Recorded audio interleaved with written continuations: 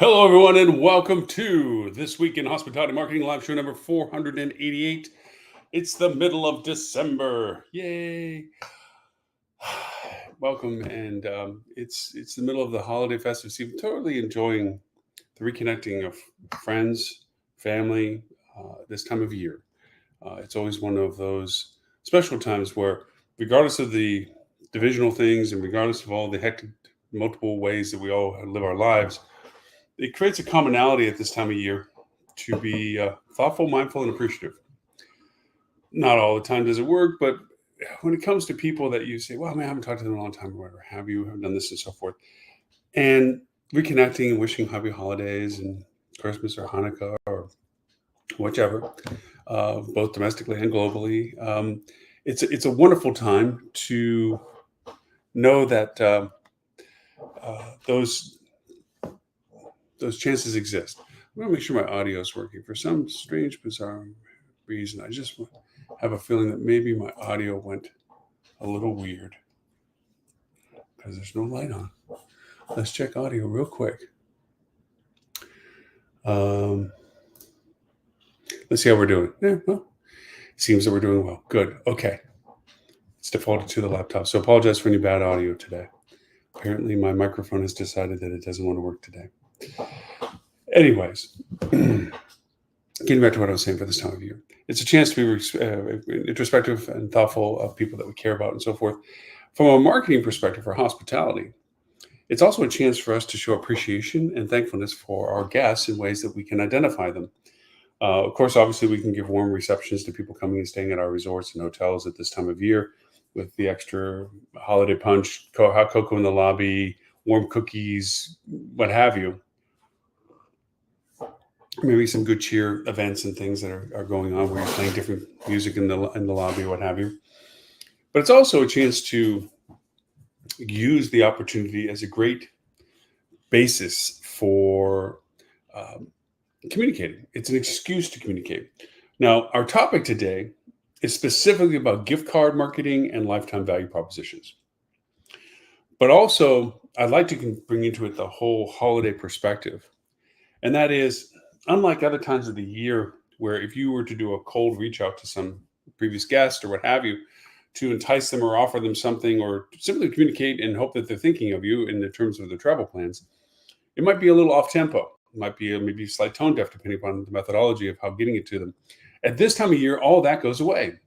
Because at this time of year, you have the wonderful excuse, for lack of a better word, of reaching out to them to simply thank them. Thank them for what they represent to you in business, thanking them for having been a part of what you do and what they have been in the sense of enjoying your business with you and so forth as a guest. It's a great opportunity to do that. Tying that to our topic of gift card marketing and lifetime value, it is, as a matter of fact, I use this as an answer to someone that I met in an event that was in competition with one of my clients in market. And he was joking. He's like, you guys always take us to lunch when it comes to this time of year. And I said, well, thank you for the compliment that we're successful with our client on what we're doing. So for instance, I understand it. And I said, the secret is gift cards, plain and simple gift cards. Gift cards are a wonderful medium of conversation. We know that there are tremendous amounts of burden on everyone to make sure that they're sharing the Christmas spirit of giving and taking, all this other stuff. And for those people that we know well enough that we can give a targeted gift for, it's wonderful that we can give them a specific gift. And a lot of times gift card fits that role as well. Gift cards can be the perfect gift that we know that people enjoy traveling to a destination or they enjoy staying in a particular place because they've done it repetitively or they talk so highly of it when they were there. And when they came back, they talked about it. So for all of that reason, giving them a gift card to be at that place is a wonderful, thoughtful, and personal gift. It's not cold to give them a gift card to something that they truly enjoy. As you get older, as I get older, as life gets older, the idea of owning things and having things or having what have you turns to a diminished value. It's not that you don't appreciate the things that are given, not that you don't appreciate getting things for yourselves, but more and more, and we've known this for the past few years, especially coming out of lockdown, experience-driven travel is the key element of success when it comes to connecting with your guests and giving them an opportunity to enjoy everything that's available to their interests in your destination. Gift cards can do that by simply acknowledging that you're giving them the opportunity for a future travel, the opportunity to enjoy what it is that they have as an experience. And the gift can be that way from someone to other person. So let's break down gift cards, lifetime value. It's one of my favorite topics, and it's my favorite topic this time of year. And if you haven't caught on to this, now's too late. No, technically never is too late. But the impact value of it is obviously dramatically diminished compared to having planned and executed a gift card program earlier in the year, right around September, which is a good start to say. Anyways, gift cards. There are platforms out there that offer a centralization. You're faced first off with the choice of a unique gift carding of yourself, where it's only valuable to what you're offering it to, that there's no ancillary other options to its usabilities or value. And then there's the options of joining more centralized gift carding programs to give more merit to what you're offering, where you come into a part of a collective. Several of these platforms, we're not going to talk to them by name so much. We're not here to promote. We don't do that in that way. We self-promote ourselves to that, but no, we don't do sponsorships and things. So we're not out to go and point at particulars in that sense. We do that in the podcast, actually. The audio podcast, we talk about tools. In today's podcast, audio podcast, also for podcast 488, we'll talk specifically about certain tools as to what you can do for yourself as your own gift card program and how it integrates into your PMS and POS systems, and also centralized gift cards where you're part of a collective, so that if not you redeeming it, then it's another vendor, which means it adds value to your guest potential, that they're wanting to get a gift card because if they don't use it specifically with you, which may have been the initial intent, they still have value propositions elsewhere. So you can go to other places. And of course, there's always the cash gift cards, which in the marketing strategy of things is your least preferred because you're really opening the door to other things. And also there's an actual value cost to that compared to the perceived value or the implied value of a gift card because you control the cost factors. So you have those options. We're not going to get into what does or doesn't work with POSs. I've started, sad to say, decades ago, long time ago, working with gift cards when it was a simple piece of paper that was uniquely minted, or we had an impression on it, much like a notary seal, to create authenticity so it could be duplicated. And it was a real pain in the butt for properties. It was a great, cute gift. We put it into a nice gift card, nice box, maybe some tchotchkes with it. And that was our gift program for the gift card. People would buy them in the increments. Increments were indicated on the paper. And as the person used it, if there was any balance of it, then the property had to go through the arduous manual process of reinstituting a new piece of paper with the remaining balance, or modifying the original paper in a way that we knew it was us doing it to authenticate that it was now worth a different value. Those days. Now, funny as it seems, what's old is new again. Sometimes that has a much deeper impact in value because of the uniqueness and personalization of it and the touchy feel of it. And so I'm not saying never to do that, but I think from unique circumstances, it's important to do it in a way that is not so labor intensive and also is making the impact that you want it to for the effort that you're giving. So gone from that into automations where you can generate and create plastic cards and or accounts online that have QR codes for verification. There's a variety of ways to do gift cards. Now I'm going to be talking specifically about doing your own gift cards. Okay. If you're related to a brand, you have brand gift cards. Understandable. Valuable, yes. As impactful, no. Because you're not the only brand, obviously, that they can redeem it at. Your hopes is that they return to you and use it what they are engaged with and so forth. And also, I think on a negative side, when it comes to brands, less of what you can do well with it. And we'll get into some of the details of logistics of how you can really leverage gift cards, even from a brand's perspective. But I'm going to talk about more independent, self-generated gift cards. Whether they work within your PMS or not, there are platforms that do a great job of that, depending upon your PMS platform or your POS platform that you use. We're going to skip all of that logistical dialogue and technical dialogue to just talk about the concept of marketing with gift cards. Gift cards are a wonderful gift to the business because you're generating two audiences in creating a gift card.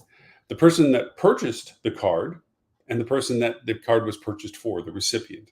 You're really creating a polarity of you're splitting and creating two different audiences, two good audiences that are dedicated to you because now they have a commitment relationship with you.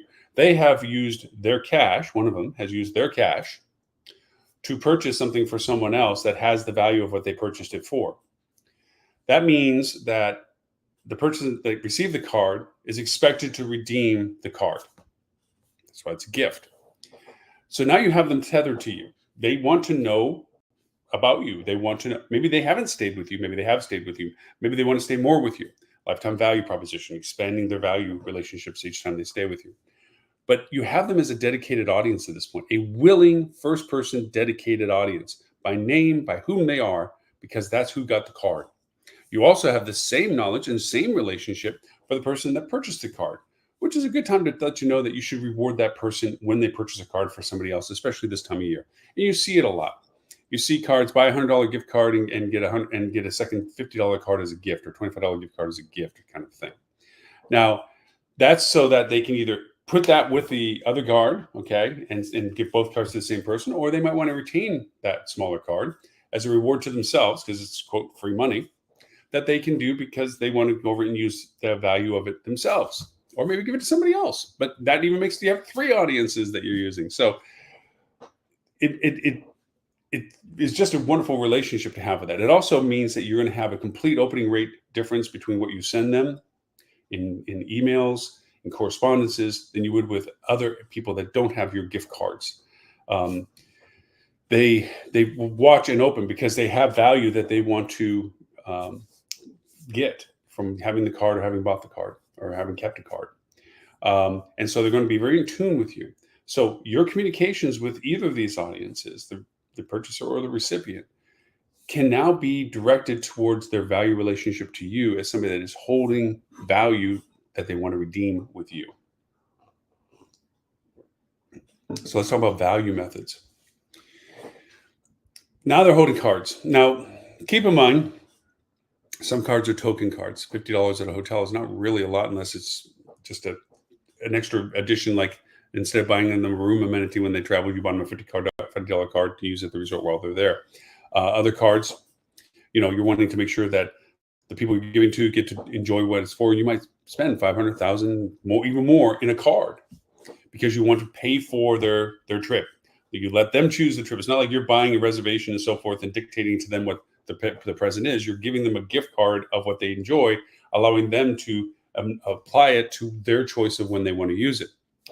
So you have first person opportunity offers. You have these people with these cards that have value with you, and they want to know, they know that you're there, but they want to know when is probably the best time that they should redeem their cards outside of their own interest of time.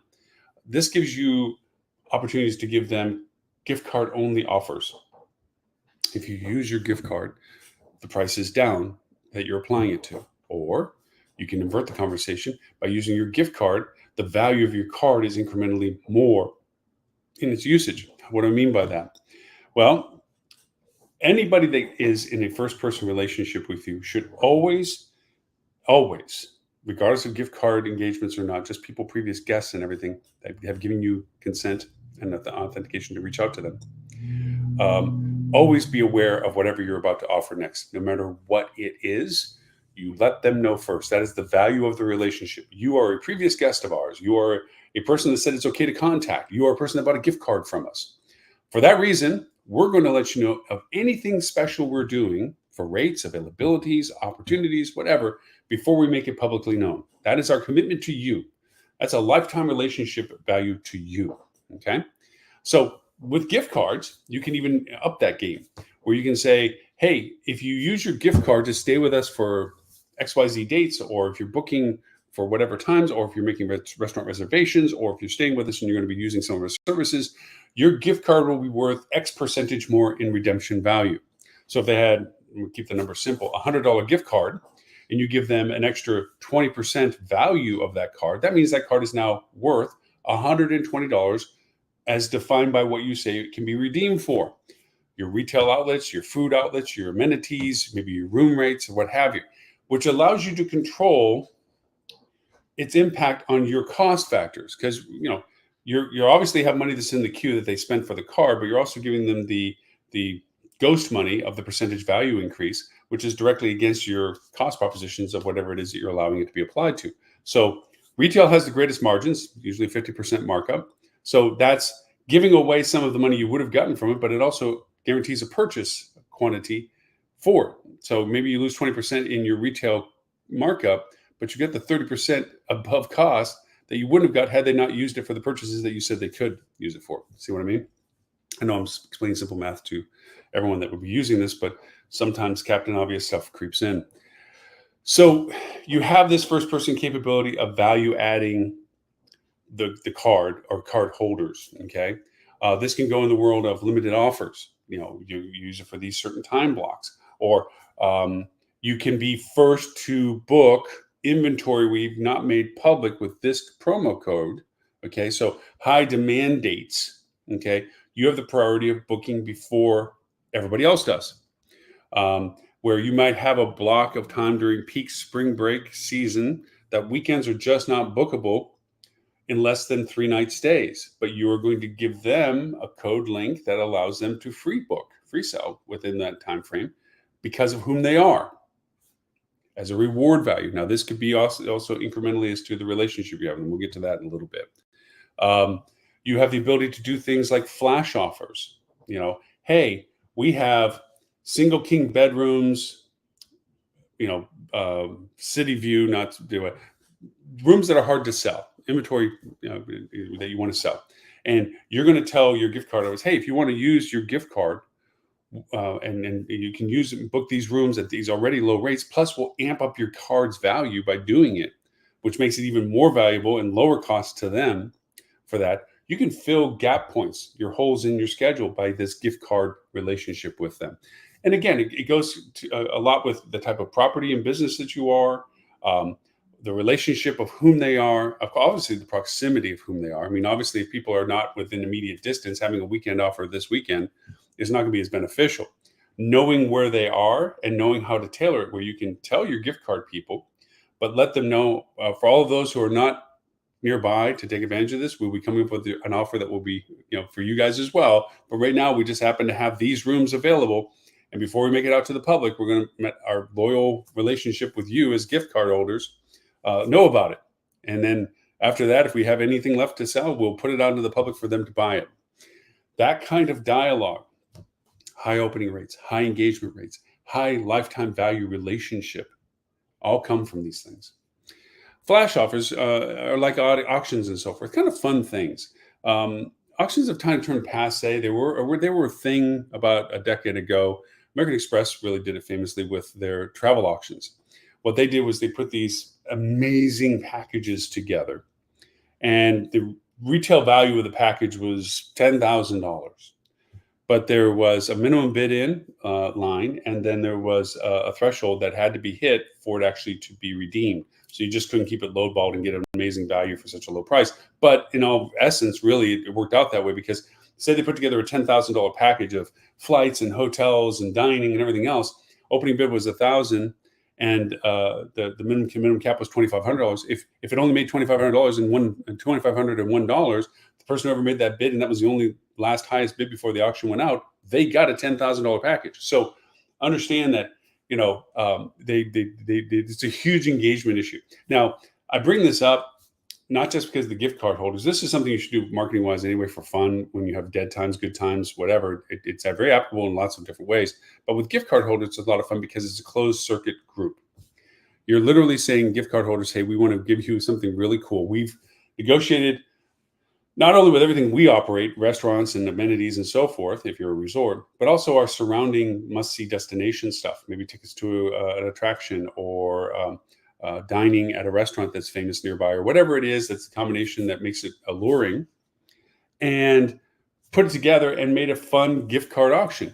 You don't have to give extra value to the gift card holders. It just might be an incentive for them to redeem their cards, and maybe even buy beyond their cards, which is really what we want them to do. We just don't want them to spend the amount of the card that was purchased, although it's already been purchased and it's money in the bank.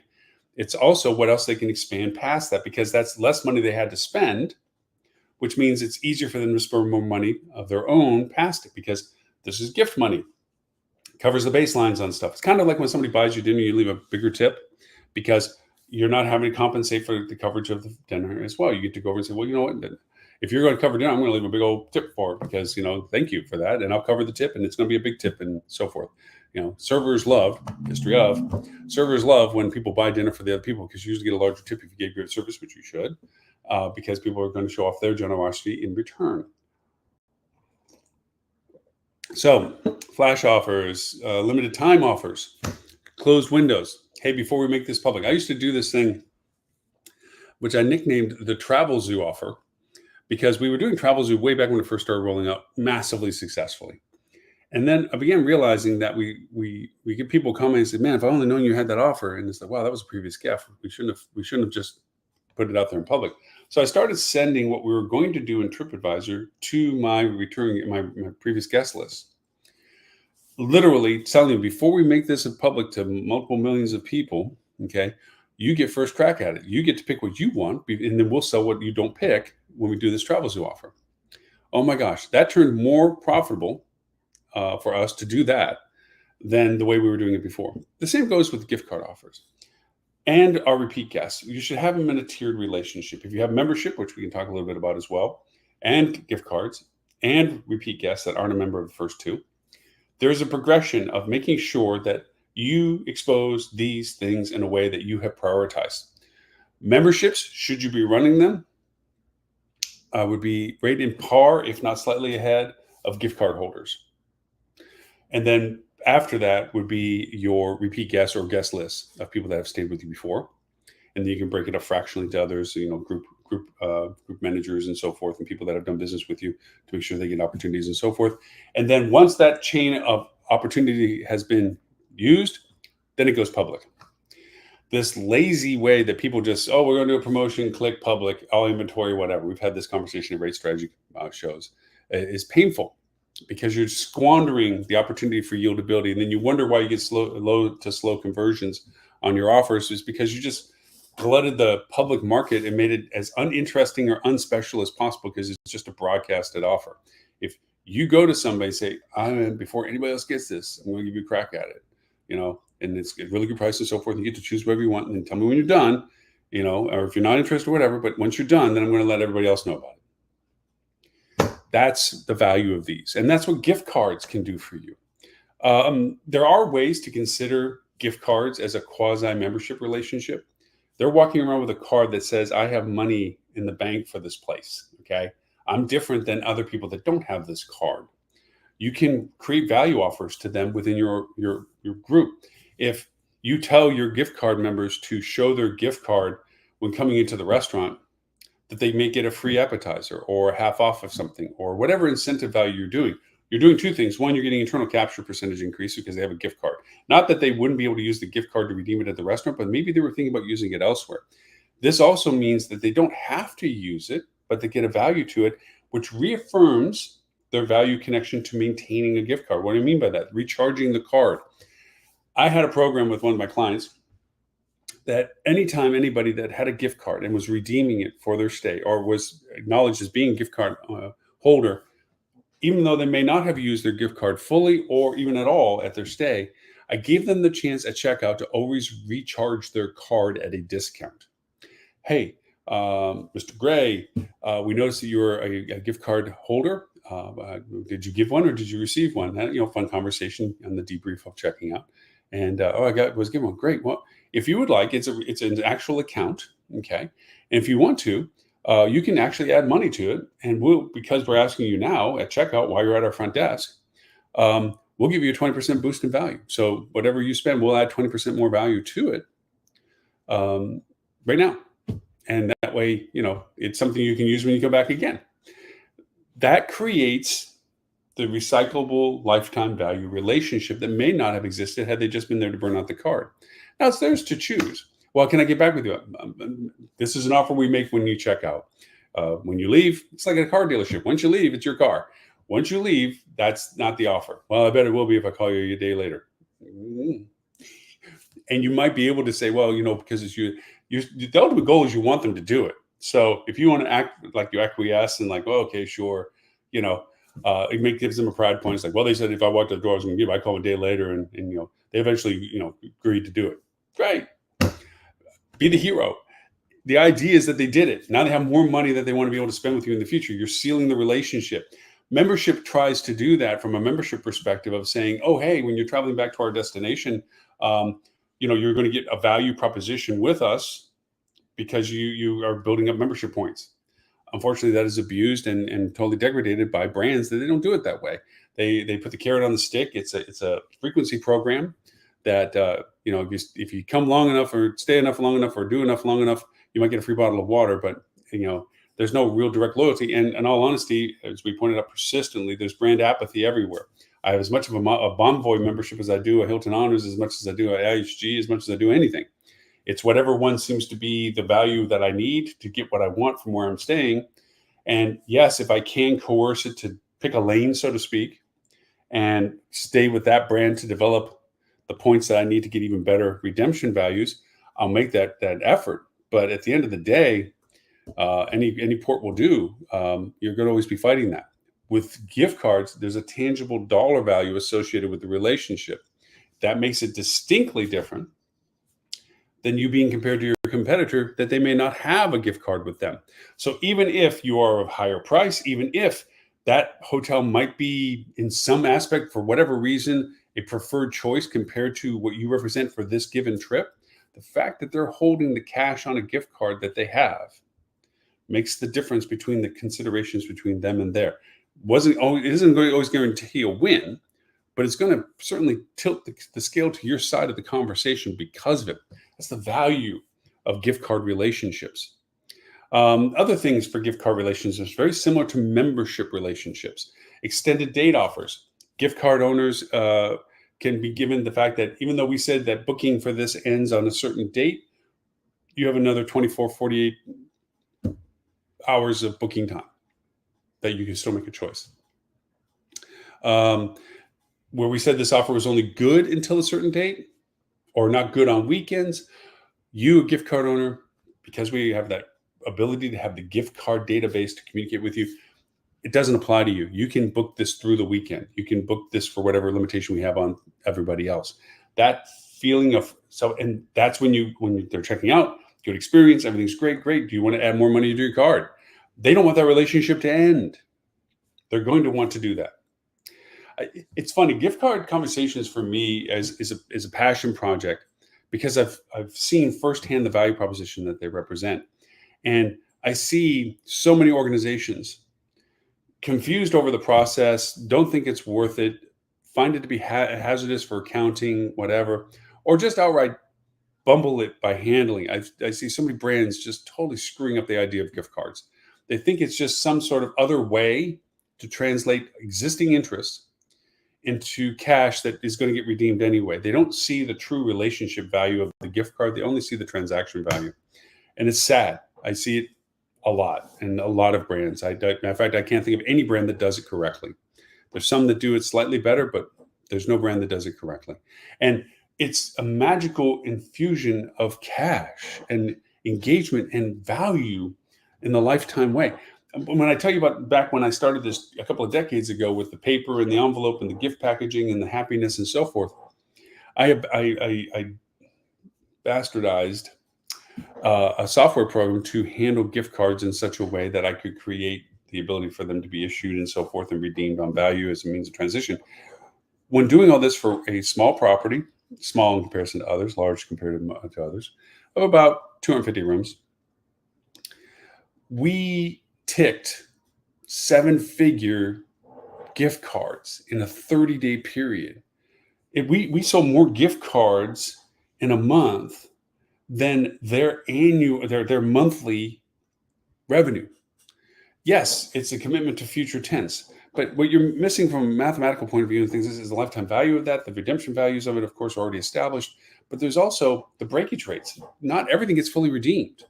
And there is a transition based on legalities and how accounting is handled that you make this very clear in the relationship that after periods of time, and some places have it that they have to stay forever in value and so forth. And that's the thing that kind of scares people is like, well, I always got to hold on to this money, but never can use it.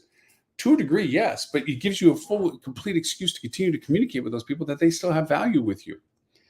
And again, it goes to, and there's other things legally and accounting practices wise that are involved with it, depending upon your state, municipality, and so forth that you have to deal with. But all said and good, the value far outweighs any of the concerns related to those things. We've already talked about enhanced purchase powers. We've already talked about redemption value offers. We've already talked about enhanced recharging offers. Some other aspects that I've worked with that really require commitment, but the commitment pays off, is tiering the membership. See, the gift card relationships. There are threshold values that you can have where certain cards represent certain minimum values. A white card might be anything under $500. A silver card be anything under $1,000. A gold card anything under $2,500, and a black card anything $5,000. And like you go to a membership club like Sam's or whatever, the card color change bases on the criteria of who I am compared to. Like, look, I'm flipping down a corporate members card. That means different. I have different privileges or different redemptions, whatever, but I'm a different person than the standard membership. Gift cards could be like that as well. You're playing on human perception. I have a black gift card. Well, Mr. Gray, we just, from cashing in what you just did, we're going to be redeeming. We're going to redeem from your gift card. That's wonderful. We will be issuing you, now that the balance is XYZ, a silver card. Or you can just add another $500 and keep the black card, and we'll recharge it. I like the black. And what the difference would be is not because it's just the color of the card, it's what I can do with the card. There has to be a value relationship to the tiering that you're having to come in. That's where it comes to the burden of responsibility and persistency. When you flip down a black gift card, your staff should recognize who that is. The staff has to be trained knowing, oh, Mr. Gray, wow, you're one of our elite gift card holders. That's wonderful. Thank you for always wanting to be with us. Whatever phrasing you want to have as your catch for this. Preferred seating. Hi. Oh yeah, no restaurants. I want to use have my gift card tonight. Oh, it's great. Well, we always keep a reserved table for people that have black gift cards. Please follow this way. It's treated like a membership level tiered card, and you can literally put the two together in that sense if you wanted to. I don't, but you can. And the reason why I don't is because membership is based on a lot more than just keeping a balance on a gift card. And you get into this polarity of, well, they don't have the balance to keep the card for what's on the card, but they are of a membership that they spend enough that they qualify for keeping that card. Two cards. I can have a black gift card, or I can have a black membership card. And depending on what black membership card is an attainable one that doesn't require keeping a balance, that shows that the gift card has a certain value at least. But it requires things like frequency of stay, amount of purchases that over a given period of time. You can define it whatever way you want to. And we've had our own shows related to membership and what that means. But gift cards can be handled similar to that as well, where you can recognize people for different levels and give them value propositions for that. They get immediate discounts in your retail outlets of an extra 10 or 15% simply because they have a black gift card. And then now, you can decide whether you mandate that they have to use the gift card to get the discount, which I do. Or you can tell them that just by possessing the card, you get the discount, which you can. There's lots of ways to work this, but all at the end of the day, the value proposition that it represents by doing it is profound. It truly is remarkable, the relationships you build, because they're walking around mentally and think about your own gift cards as though you have an investment of your commitment to purchasing from them in your pocket. There is money burning a hole in your pocket that was given to this business for you to use when you want to. Add value to it, add merit to owning it, add merit to keeping it, and you'll see a lifetime value relationship. Plus, this time of year, it's not just about selling gift cards, which is fish in a barrel. It's about enhancing the value of the cards, recharging them and so forth, and the virility of sharing it with friends. Like, man, I have this gift card. It is so good. I'm getting you here. Merry Christmas. Here's my gift card to you. I have the same thing. Love this place. They treat you like gold when you're there, when you carry this gift card around for the value that it represents. You get discounts, you get offers, you get all the super cool stuff before anybody else gets it. They'll sell your gift card to their friends to validate why they were given as a gift. They will be that for you. They'll be your advocate because they want the person to truly appreciate why they gave them a little piece of plastic compared to something else that may have been something more perceived unique. But when they get to describe why they chose that gift card of your resort as a gift to them, okay, they're going to sell all the things that you've included into the value that they now appreciate by having that gift card.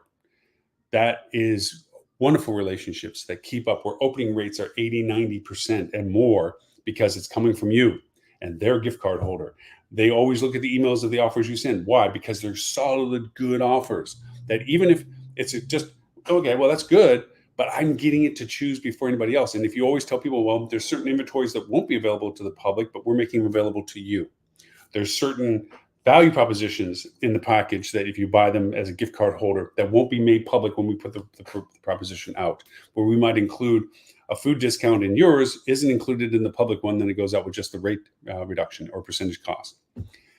These things of specialness is what makes people loyal. That makes people want to stay connected to you, so that when they come, they choose to go to your destination, you're the choice of the destination, regardless of what your competitor. It creates a certain Teflon defense against your competitors that don't do what you do, that don't do it to the value that you do it, even if they have some semblance of a membership or a loyalty or a gift card program.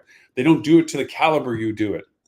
Like I said, person I met from a market that I run with a client complimented me that we always take their lunch this time of year. And the secret is gift cards and how we handle them and what we do with them, how well we do with them, and what value we make the people feel by having them, and the rewarding of them for having done it. So there you have it. Gift card marketing and lifetime value, one of my more favored topics, especially this time of year. Glancing at some of the chats, which, by the way, thank you so much for everyone around the world. We're our TV channel, and it's, people always equate these shows as podcasts. This is not a podcast; it's a TV channel broadcast that we simulcast, not casting in there, to Facebook, LinkedIn, YouTube, Twitch for media broadcasting, but more importantly on our travel channel, hospitality channel. It's not travel channel, hospitality channel. It's not travel channel. It's always on the free side of it. There's a paid gateway that has more content behind it, but it's a show that's in 209 countries. We do recast this in a simulcast fashion on Facebook and YouTube. Wednesdays 11:30 a.m. Sydney Australian time, and Wednesday 11:30 a.m. London UK time for EU friends as well, and Mideast friends. We do still. I'm always in surprise and awe and humbleness that so many people from around the world in very odd time zones watch us live right now to catch the show, and just seeing some of the comments about the gift cards and so forth, and the response to the idea of it and so forth. It's very pleasant for that. Thank you. So with that, as always, every Friday, 11:30 a.m. Eastern time, our live show will exist. We do not miss it. Have been doing it well we're in our 10th year right now. Every week, no matter where we are in the world, whether it be China, Australia, Canada, Europe, Netherlands, which is in Europe, England, no matter where, Italy, we will always broadcast live at 11:30 Friday mornings Eastern time. So with that, my name is Loren Gray. I thank you for the privilege of your time. Happiest of holidays for everyone.